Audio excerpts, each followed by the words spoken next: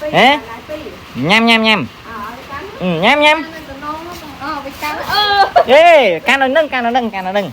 Can nhâm. Nhâm con. Rồi, dạ hai. Đâu bên mẹ to. Ý. Hồn dạ hai. Ê da. Hai. Ý, cho lên ngon mấy cấn. Ngon dạ hết. Ê da. Bơ thằng ơ máu. Chum, một đánh không? Hai nặng ninh. Ý. Lên ngon mấy cấn. Ê, xe như cấn. Ý. Cái thằng kia nữa. Ý, riêng ôm lắng. Ê. Gì, nấu. Nấu cấn.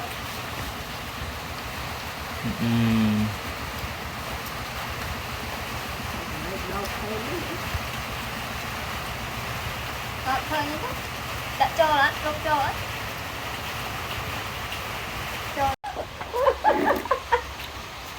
Anh ơi chứ. Thằng ơi á. Khó ấy.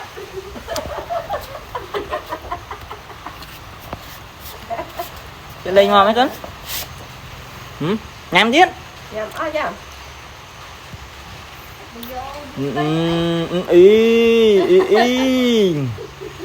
Anh mà lăng cấn. Ngang vậy cháu.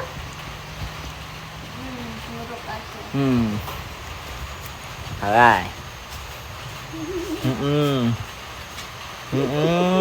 Lên ngon mấy cấn.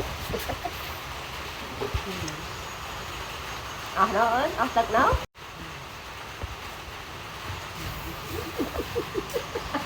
Đặt cái lấy đầy mở ơi. Chết. Hả?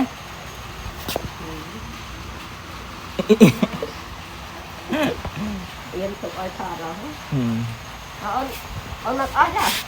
Nhắm bấp bấp.